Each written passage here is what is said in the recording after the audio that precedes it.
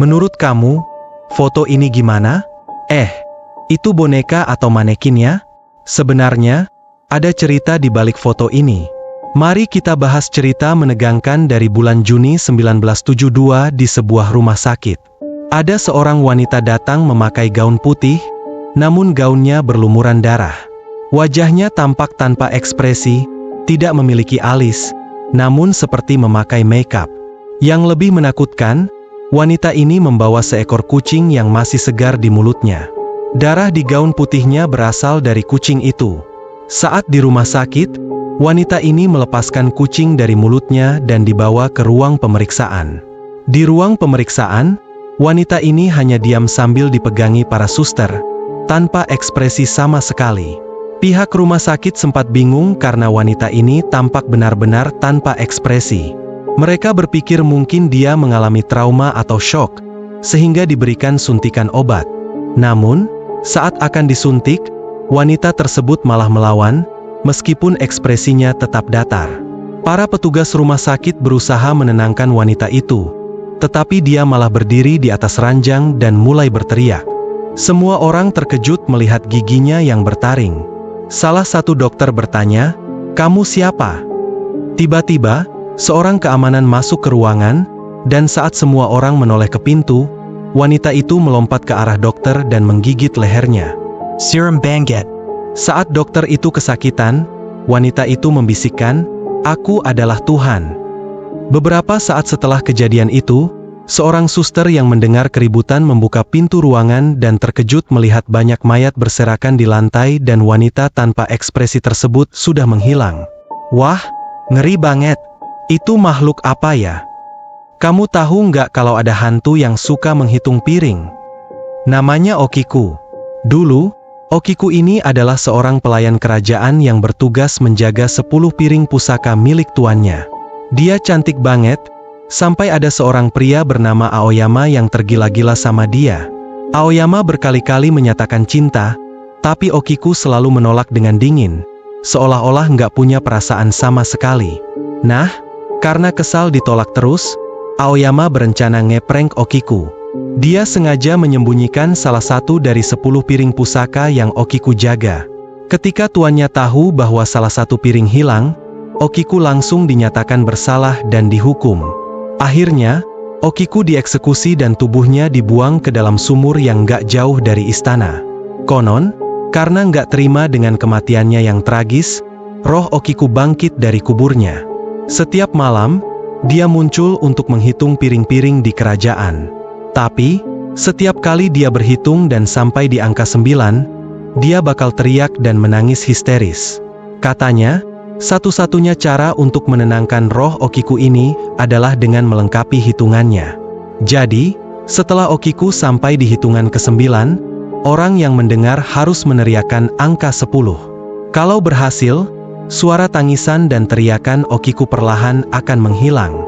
Oh iya, ada satu sumur yang mirip sama sumur tempat Okiku dikuburkan. Letaknya di prefektur Hyogo, dekat istana Himeji di Jepang. Sumur itu sekarang dikenal dengan sebutan Sumur Okiku. Setelah dengar cerita ini, aku jadi takut keluar malam-malam, terutama kalau hujan. Jadi, katanya ada hantu yang suka keluar pas hujan, khususnya di malam hari. Sosok ini dikenal dengan sebutan Ameona.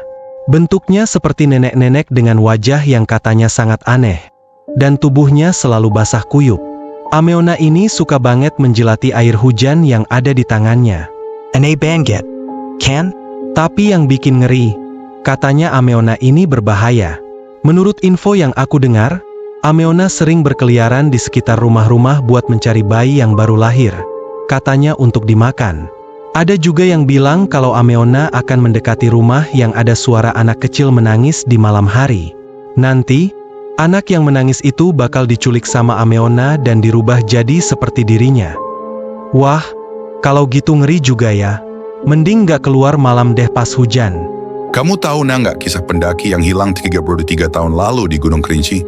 Hilang selama 33 tahun, Sini aku ceritain tentang hilangnya Yuda Sentika di Gunung Kerinci.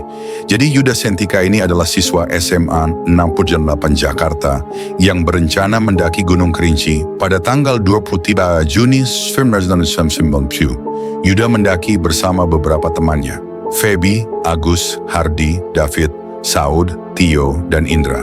Sebelum mendaki, mereka mendatangi kepala desa setempat untuk meminta izin pendakian dan mencari informasi tentang jalur Gunung Kerinci. Setelah itu, mereka melanjutkan pendakian ke puncak. Di hari kedua, mereka memutuskan untuk berkemah dan bermalam di base camp 2 karena cuaca yang tidak mendukung saat itu. Besoknya, sekitar jam 3 subuh, mereka melanjutkan perjalanan menuju puncak Kerinci. Yuda dan salah satu temannya berhasil sampai di puncak terlebih dahulu, disusul oleh teman-teman yang lain. Di puncak, mereka berfoto-foto dan menikmati keindahan alam sebelum akhirnya memutuskan untuk turun. Tiba-tiba, Yuda pamit ke salah satu temannya, mengatakan bahwa dia ingin turun duluan karena merasa kedinginan. Padahal Agus, yang menjadi ketua rombongan, sempat memperingatkan Yuda untuk tidak turun sendirian dan tetap bersama rombongan. Tapi Yuda tetap nekat turun duluan. Beberapa saat kemudian, rombongan lainnya juga mulai turun melalui jalur yang sama. Namun, tiba-tiba Feby, salah satu anggota rombongan, berhenti dan bertanya ke Agus, "Loh, Yuda kemana?" Sayangnya, Agus dan yang lain juga tidak tahu keberadaan Yuda. Saat itu cuaca sangat berkabut, membuat jarak pandang mereka sangat terbatas. Rombongan mulai ragu dengan jalur yang mereka lalui karena mengejar Yuda. Feby dan Agus akhirnya sadar kalau jalur yang mereka tempuh ternyata salah. Sampai akhirnya, Feby menemukan jalur yang benar setelah melihat petunjuk botol air yang dia gantung di pohon saat mereka naik. Sepanjang jalan turun, Agus dan rombongan terus memanggil nama Yuda, tapi tidak ada balasan. Hanya ada suara samar yang membalas, tapi mereka tidak yakin apakah itu suara Yuda atau hanya pantulan suara mereka. Akhirnya, Agus dan rombongannya sampai di base camp 2 sekitar jam 5 pagi. Feby dan salah satu temannya turun untuk melapor ke kepala desa tentang hilangnya Yuda Sentika dan menghubungi kerabat di Jakarta. Sementara itu, Agus dan yang lain dibantu oleh pihak gabungan relawan mencoba kembali naik untuk mencari Yuda. Namun upaya pencarian itu tidak membuahkan hasil. Mereka hanya menemukan kupluk milik Yuda di tempat mereka berpisah. Karena kejadian hilangnya Yuda, masyarakat setempat akhirnya membuat sebuah tugu untuk mengenang Yuda Sentika di Gunung Kerinci. Ya ampun, benar-benar kisah yang bikin merinding. Katanya nih ya, kalau kamu lihat sosok ini di TV, kamu harus cepat-cepat ganti channel atau matiin TV-nya. Hah, emang kenapa tuh? Sini aku ceritain soal sosok aneh di siaran TV malam. Jadi, katanya dulu ada seorang laki-laki yang kebangun tengah malam, tepatnya jam 12. Dia coba tidur lagi, tapi nggak bisa. Akhirnya, dia mutusin buat nonton TV aja. Dia nyalain TV di kamarnya dan mulai cari channel yang seru. Tapi malam itu, banyak channel yang no signal. Dia terus ganti-ganti channel sampai tiba-tiba nemu siaran berita. Tapi, ada yang aneh. Pembawa beritanya pakai kostum aneh dengan mata satu. Dia pikir, mungkin ini cuma acara lucu-lucuan aja. Sosok itu kayak ngomong sesuatu, tapi anehnya nggak kedengaran suaranya. Padahal volume TV udah dia gedein sampai maksimal. Karena penasaran, dia nempelin kupingnya ke layar TV. Pas didengerin, ternyata sosok itu ngomong pakai bahasa yang dia nggak ngerti sama sekali. Kayak bahasa asing atau mungkin bahasa aneh yang nggak jelas.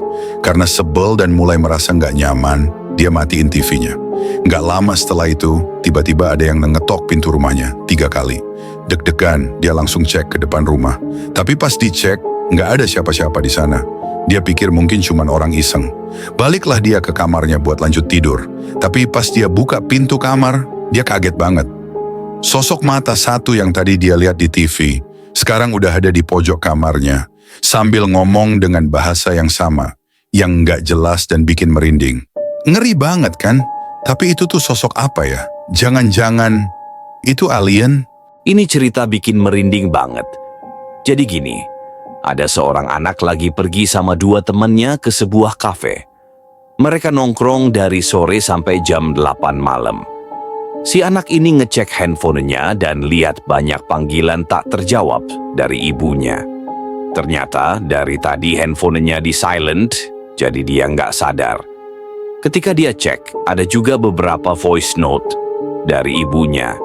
Dia pun izin ke teman-temannya buat ke depan kafe, supaya bisa dengerin voice note itu. Voice note pertama, ibunya bilang ada orang berjubah hitam yang berdiri di balik pohon di luar pagar rumah, terus ngelihatin ke arah jendela. Di voice note kedua, ibunya bilang kalau orang itu sekarang sudah masuk ke dalam rumah. Ibunya nggak tahu siapa dia dan apa yang dia mau, tapi ibunya bilang sekarang dia bersembunyi di dalam lemari di kamar. Voice note ketiga bikin makin merinding. Ibunya bilang, sepertinya dia menemukanku. Kalau nanti aku tak ada, maafkan aku menyayangimu. Setelah itu nggak ada lagi panggilan atau voice note dari ibunya. Si anak panik banget dan di saat itu ada orang asing yang duduk di dekat pintu kafe. Orang asing itu ngelihatin si anak dan nanya apa yang terjadi. Si anak ceritain semuanya. Orang asing itu bilang jangan buru-buru pulang dulu karena mungkin orang yang dimaksud ibunya masih ada di rumah. Orang asing itu nyuruh si anak untuk nelepon ibunya. Pas diangkat, suara ibunya bilang, "Nak, kamu di mana? Ini sudah larut, pulanglah." Si anak tanya, "Ibu nggak apa-apa, ibu baik-baik saja." Ibunya jawab, "Ya, aku baik-baik saja, nggak ada apa-apa kok." Tapi di situ si anak dengar anjingnya, Lori, menggonggong terus-terusan. Tiba-tiba, ibunya bilang, "Anjing, sialan, diamlah."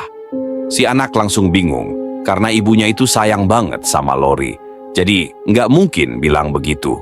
Orang asing itu nanya ke si anak, "Siapa nama anjingmu?" Si anak jawab, "Lori." Orang asing itu bilang ke si anak untuk nanya ke ibunya, "Ada apa dengan Deson?" Si anak nanya ke ibunya, dan ibunya jawab, "Oh, nggak apa-apa, mungkin dia lapar." Di situ si anak dan orang asing itu saling tatap-tatapan. Mereka langsung sadar ada yang nggak beres. Mereka pun segera menghubungi polisi. Serem banget kan? Kamu tahu tentang Ricker Webb nggak? Jadi, pada tanggal 3 Juni 2022, Ricker Webb sedang bermain di pekarangan rumahnya di Bull Lake, Montana, sekitar pukul 3 sore. Dia bermain dengan anjing peliharaannya. Area di sekitar rumahnya memang dikelilingi pepohonan, tapi bukan hutan lebat. Ricker asik bermain dengan anjingnya, tapi tiba-tiba, ketika orang tuanya mencarinya, dia sudah menghilang. Mereka mencari di sekitar pekarangan dan rumah, tapi tidak ada jejak Ricker. Ternyata, saat Ricker bermain, dia tidak diawasi ketat oleh orang tuanya. Mungkin karena mereka mengira dia hanya bermain di pekarangan rumah saja. Orang tuanya segera menghubungi tetangga dan melaporkan kehilangan Ricker ke polisi. Pihak kepolisian segera datang ke lokasi dan memulai pencarian di area sekitar. Pada waktu itu, cuaca sangat buruk dengan suhu yang turun hingga 5 derajat Celcius dan badai yang sedang melanda. Polisi mengerahkan banyak anggota, anjing pelacak, dan drone untuk pencarian, namun cuaca yang ekstrim membuat pencarian menjadi sangat sulit. Pencarian berlangsung selama 2 hari tanpa hasil. Pada tanggal 5 Juni 2022, tiba-tiba pihak keluarga melaporkan bahwa mereka menemukan Ricker di gudang rumah mereka.